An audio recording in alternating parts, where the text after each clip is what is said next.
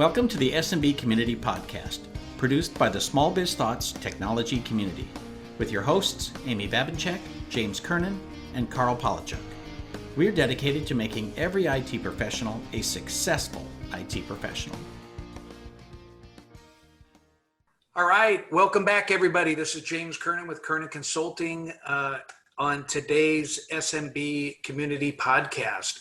Got a very special guest today, a good friend of mine, a sales leader in the industry, Senior Vice President of Sales at Sandler Partners, my good friend, Eric Beller. Eric, how are you doing?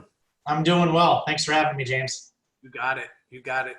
Thanks for being on. I was excited to have you on, and I've got a lot of questions for you. So I hope you have a glass of water there to wet your whistle. I do. A lot of talking. Sounds good. Sounds good.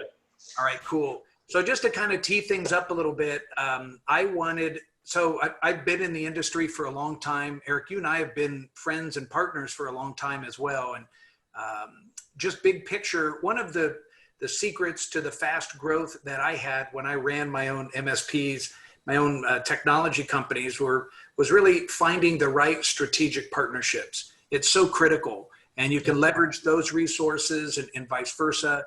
And Sandler Partners really brings that to the table. And I love what you guys are doing for everybody. So just big picture, know that in advance. And before I start asking questions about Sandler, why don't you just tell us a little bit more about you and what got you into the technology industry? Yeah, thanks. Yeah, so a little bit about me. Been in the industry for about 25 years. Actually got in the industry because of an older brother who was a consultant way back in the day for a company called Microage. I think they're still around to a certain degree, but got my first internship into computers, and really that sort of launched me into my career. Went to Michigan State, got a degree in telecom, started an internet service provider in 95 and sold that company in 98. And I've kind of been in the industry ever since, and more recently on the channel side of the house, so kind of working through partners for probably about the last 15 years. So prior to that, did work with partners when I ran my ISP, but held a number of different roles in the industry, sales leadership roles, sales engineering roles, marketing roles. So been around a while. So that's awesome. So you're a Michigan State Spartan. I am. I see you're a Husker from Nebraska. Yeah. Over here you can see it up there. But from Nebraska. So we big rivalries and certainly in football. Yeah. Hopefully the program will come back on our side. You guys have had maybe an off year or two, but you guys have been really solid for the last decade plus. Yeah, it's been fun. So we'll see what happens this next year. Hopefully there's a season. Yeah, exactly. So what was the connection between you and Sandler? About what time frame did you join the team? And so as far as Sandler Partners goes, I actually met Alan Sandler, who is the founder and president of the company. Yep. I met him when I was running the channel for a company called Megapath back in the day. They've been absorbed through all the many mergers and acquisitions in our industry, now part of Fusion. But during that time, I ran the channel, and that's kind of how I got to know Alan. And, really it was through that relationship that kind of allowed him to talk to me about joining him and what he was doing at Sandler Partners. And this was in the 2013 timeframe. So I've been in this capacity, in this role for, I guess, going on 8 years now. But prior to that, it was really that relationship that I had with Alan, and he asked me to kind of, to join the company, to help him kind of, manage the channel partners that he had, help expand the company. And so, fast forward 8 years later, and, we went from a, $16 million company to well over $100 million company from a revenue standpoint. So it's been a fun ride. Yeah, you've had quite a run there, and your awards stack up on the shelves as well. How many times have you guys, I think it's been, is it 5, 6, 7 or longer? You guys are. Yes. As far as Inc. 5000. Yeah. Inc. 5000. I think this might be the 10th year that we're in that running. And I know that the folks over there actually told us that less than 0.2% of companies actually get to the point where Sandler Partners is at in terms of being on for 10 years. And that just also shows the tremendous growth that we've had over that period of time, because it's very hard to sustain that level of growth for sure. Yeah, that's a great point. It's it's easy to get there, so to speak, but it's really, really hard. Let me take that back. It's hard to get there, but it's even harder to stay there. I agree. That's quite an accomplishment. If it's a decade long, that's amazing. Yeah, that's pretty awesome. So I think my company was on it for 2 years, and then I sold it. So I cashed out. So good for you guys for being patient. Yeah, thank you. So at a high level, explain to all the listeners what Sandler Partners does. Some of them might not know, that. Yeah. So, in our industry, we're known as a master agent, but, to kind of put it in more simpler terms, what we are is we're a distribution channel for all things that are kind of service oriented. So we have agreements with all of the top telecom providers, cable providers, unified communications, cloud providers. So we have a portfolio of about 150 different provider contracts, and our partners can leverage our contracts so that, it ensures them to get, high payout, to get maybe the best terms, to protecting those revenue streams of their customers as they refer some of their customers to these providers. It's very, very important that that we can protect that revenue stream. So, it's the power of numbers concept. We have, over 9,000 partners in our network today. And because of that, that's allowed us to secure some of the best terms that the industry has. And we pass those terms on to our partners. So our partners can leverage our contracts to sell, for example, the cable company, or to sell fiber with the fiber company, or unified communications with the VoIP companies that are out there, cloud services.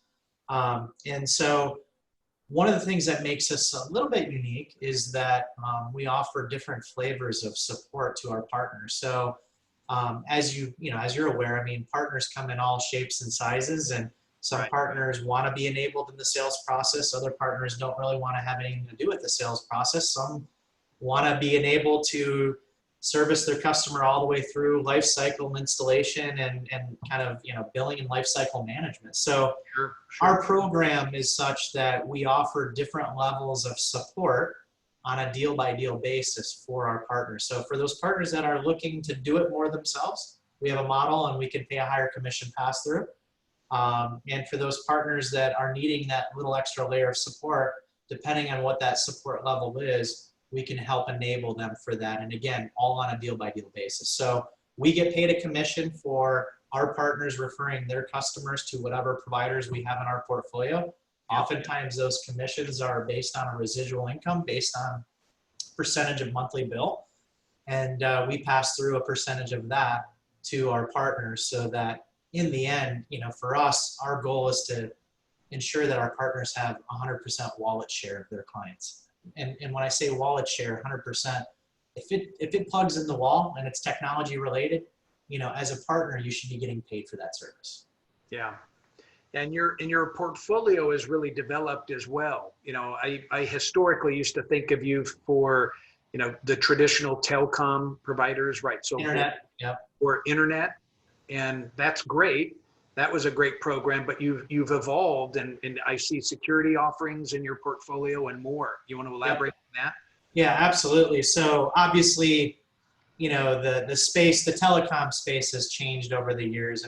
Obviously the deregulation of 98 allowed for a lot of things to happen and a lot of competitive forces to kind of take shape. And, the rise of IP, or internet protocol, has certainly enabled a lot of different businesses to sprout up over the years. So, for us, obviously a big chunk of what we do is internet service related, but it's anything from, the traditional POTS lines or traditional telecom services or PRIs.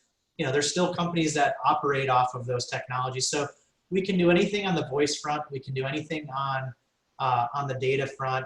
Obviously, the convergence has been going on for the last several years, last half decade or decade, and so now you've got the as a service model. And, the cloud services, certainly everybody's now, how do I make this into a recurring, service theme? And so we have a lot of different services, whether it's security, cybersecurity, managed security services, SOC services, professional services, managed endpoint. We have partners, we have vendors that also have managed services. So, some of our partners don't have the ops staff, or they don't have an operations team to go in and fully manage a customer's IT infrastructure. And so we have a lot of different ranges of different types of services, from internet to phone to, SIP and UCaaS, cloud contact center. We're starting to get into AI. So we have contracts, for example, with IBM that allows us to get into Watson. You start to get into chatbots.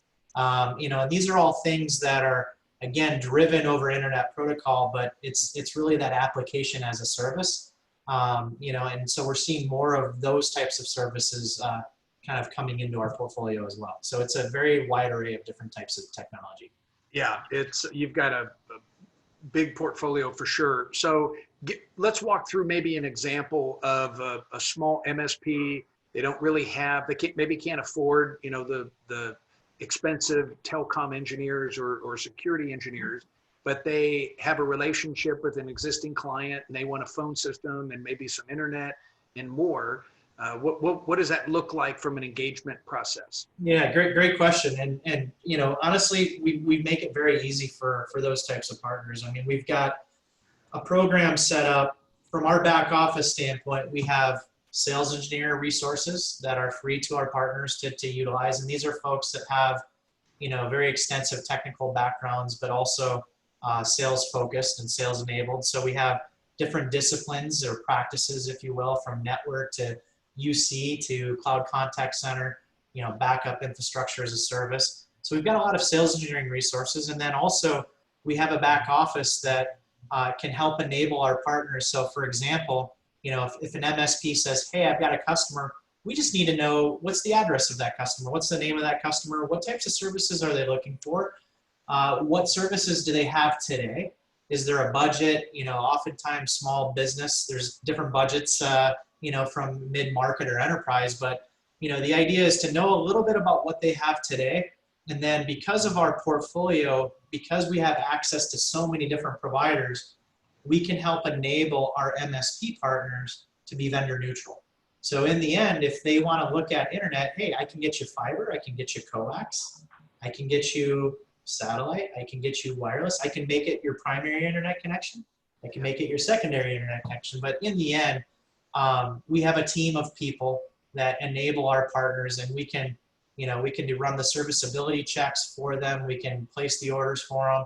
And again, we also have resources and a partner portal for our agents to use, where if they want to be a little more self-enabled, we have tools that actually will tell them, the ISP that is for that particular address, and then they can enable themselves and go directly to those ISPs, because we make it very easy for our partners to view in our portal all of the different contacts and all the different information and the pricing and, what does the sales process look like for each one of the providers in our portfolio. So it just kind of really depends on, the role that the MSP wants to take in the sales process, but we can be customer facing for them, with them, or we can just enable them on their own. Yeah. And that's one of the things that really attracted me to your program, is that, let me step back for a moment. I do a lot of sales training for MSPs all around the country, and I run the mastermind peer groups, and we're all about growth, which is sales and marketing. And there's so many other solutions out there that you're out there that it might be a good solution, but there's not sales and marketing resources like that you offer. And to me, consultative selling or value-based selling is much more exciting. And what I mean by that is if you sign up with just one VoIP provider as an MSP, and you go to market with just one solution, you have one shot at closing. Not everybody may want that solution.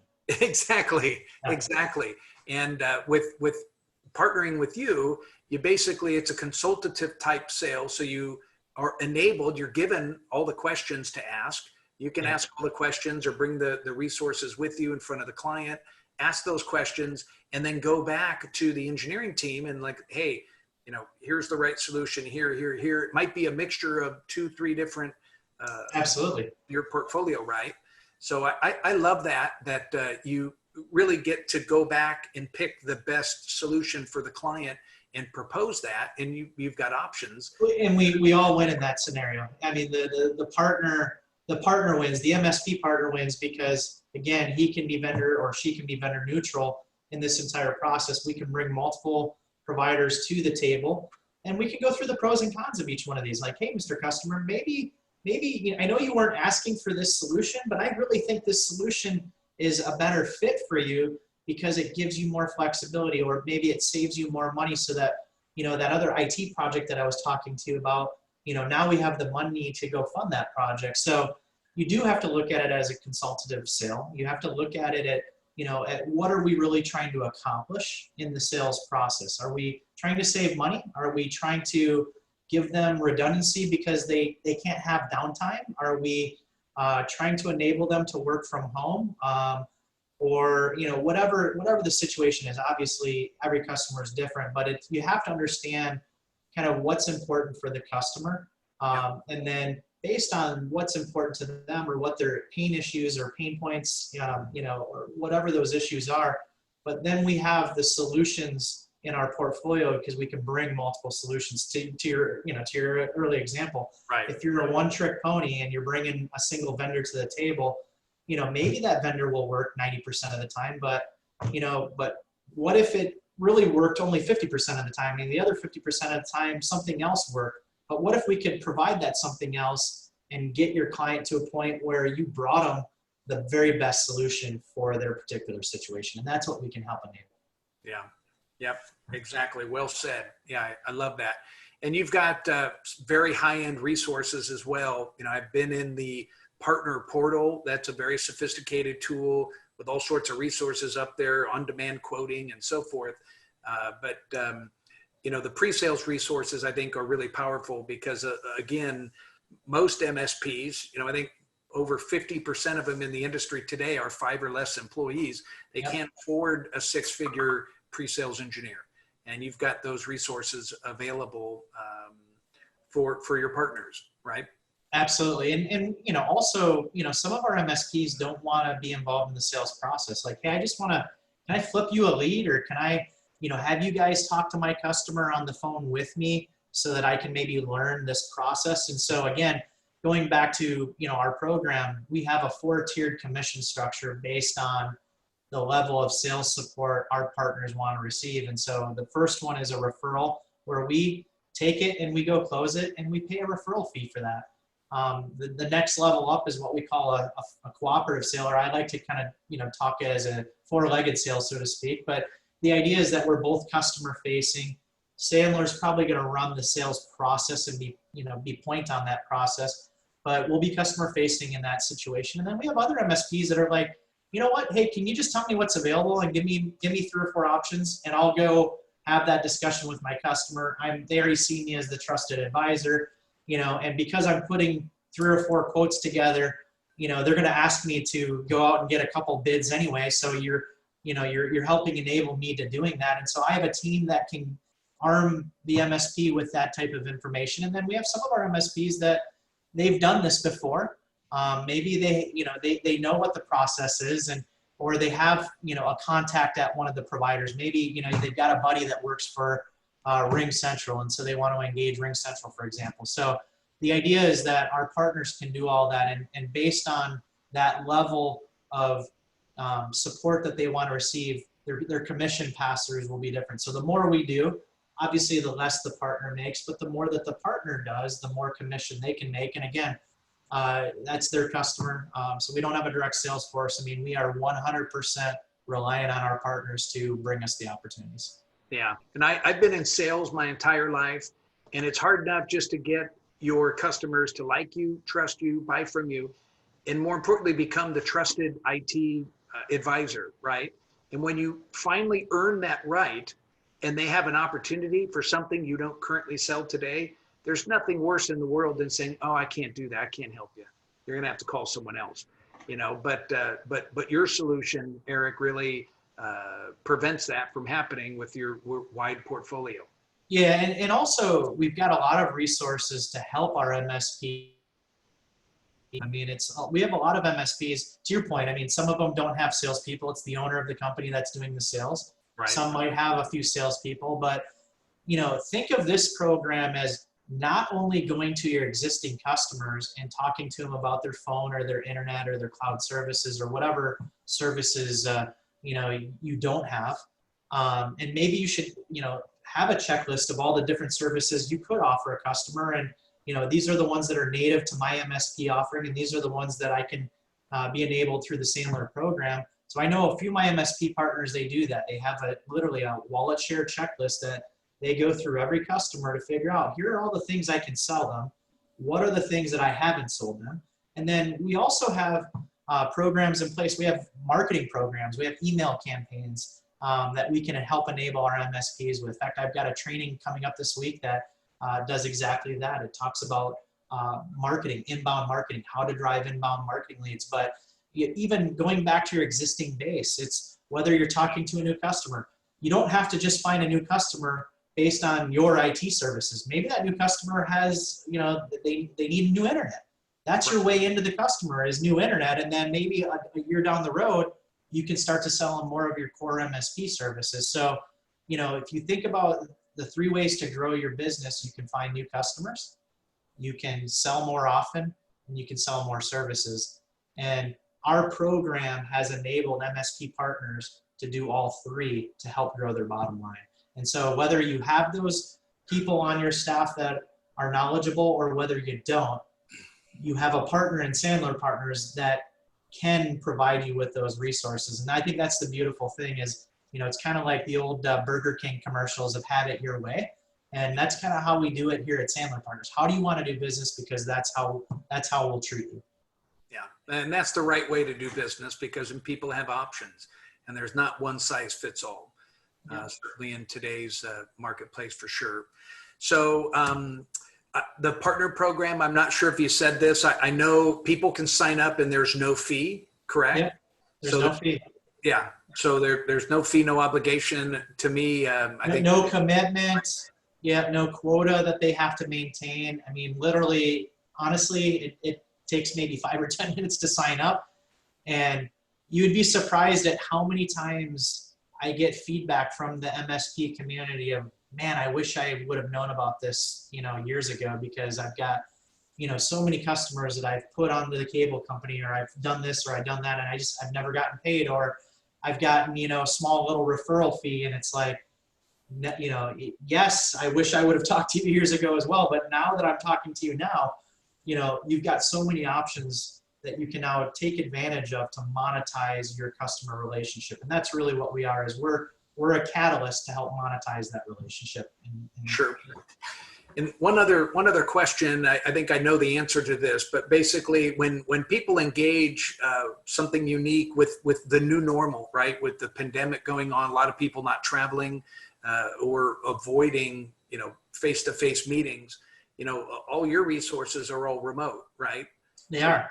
Yeah. Yeah. In fact, when COVID-19 hit, we were, I guess the governor of California, had mandated kind of a shelter in place. And for us, we had part of our workforce was already enabled to work from home. And then we obviously had workforce that came to an office, but for the most part, we were able to make that transition pretty seamless and smooth. And, and also, it allows us, there's the old saying of eating your own dog food, but it does. It allows us to eat our own dog food where, we're utilizing the technologies that we sell. We're utilizing our internet connections. We're utilizing, voice over internet. We're utilizing Zoom or, Ring Central or GoToMeeting or WebEx or whatever the platform is. And so, we have all of that other stuff that we were able to use and take advantage. So for our partners and for the support of our partners, I don't think anybody really noticed any type of change in the type of support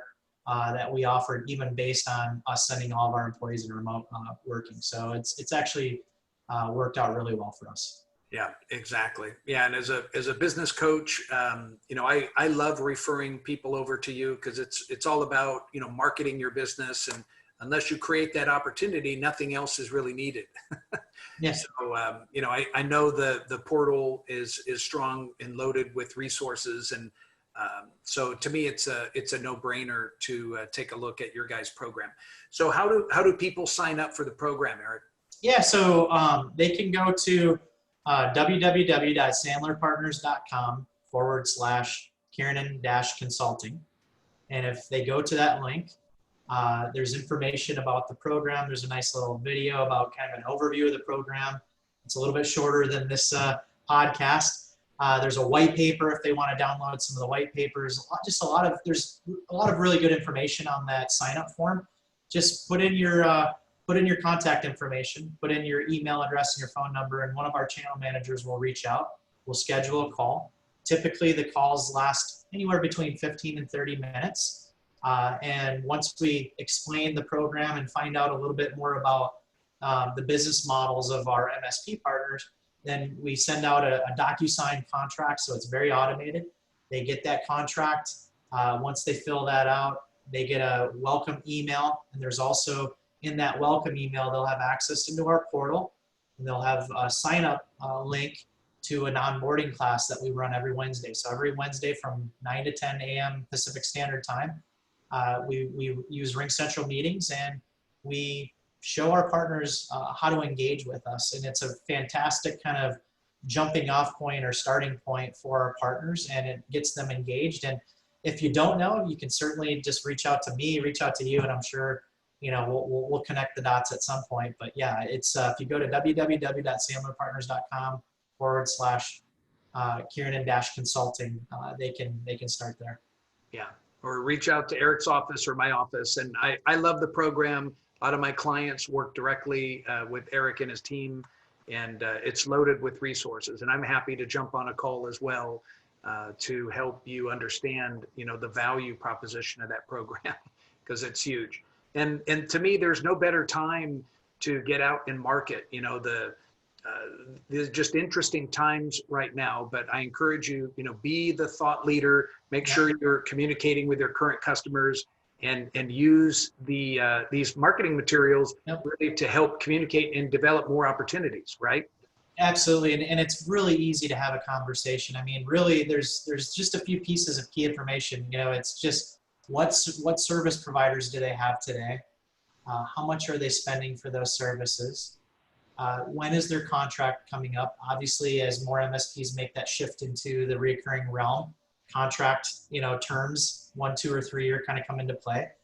So, understanding that contract term, and then are they happy with the service? And, many of the MSP partners, you guys will come into a situation and you'll run an IT audit and assessment and say, hey, here's all the things that I think we can help improve for you. Make the cloud services piece part of that assessment. We can help enable you to doing that. And so, understanding that piece of information from your customers really allows you to build an instant sales funnel, just based on just knowing what they have, how much they're spending, when their contract's coming up, and then just are they happy with those services? Because chances are if they signed up with someone 3 or 4 or 5 years ago, they're probably not paying market competitive rates, and they're probably on an older technology. And there's chances are we can probably find them something that's cheaper, better, faster. And when you can do that, you win, the customer wins, we all win. Exactly. Well said, my friend. So kind of just in closing, to close out what we've been talking about, any final words of wisdom you want to share with the listeners? No, I just, for one, I appreciate the friendship and the partnership that we've had over the years. I love what you're doing. And this is a no-brainer. I mean, it's free, it's easy. Let us help enable you to look like a rock star. Not that you're not a rock star, but let us help you continue to be that rock star that you are with your customers. Because if you're not grabbing 100% of their technology spend, you're missing out on money. You're missing out on revenue. In our program, there's zero investment you need to make. Our commissions go right to your bottom line. So unless you want to invest, resources into it and dedicate it as a practice. But you have that in our partnership. So it's just, to me, it's a no-brainer. You're leaving money on the table if you're not doing it. Yeah, exactly. Completely agree. All right, Eric, it's so great to be with you as always. Thank you for sharing some wisdom with everybody, and we will catch up soon. All right. Yeah, really appreciate it. Thanks, James. You bet. Thank you. Take care. Yep. All right. Bye now.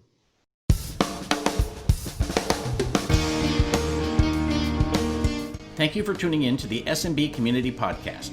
If you found this useful, interesting, or fun, please subscribe, share with your friends, and give us a thumbs up on your favorite social media.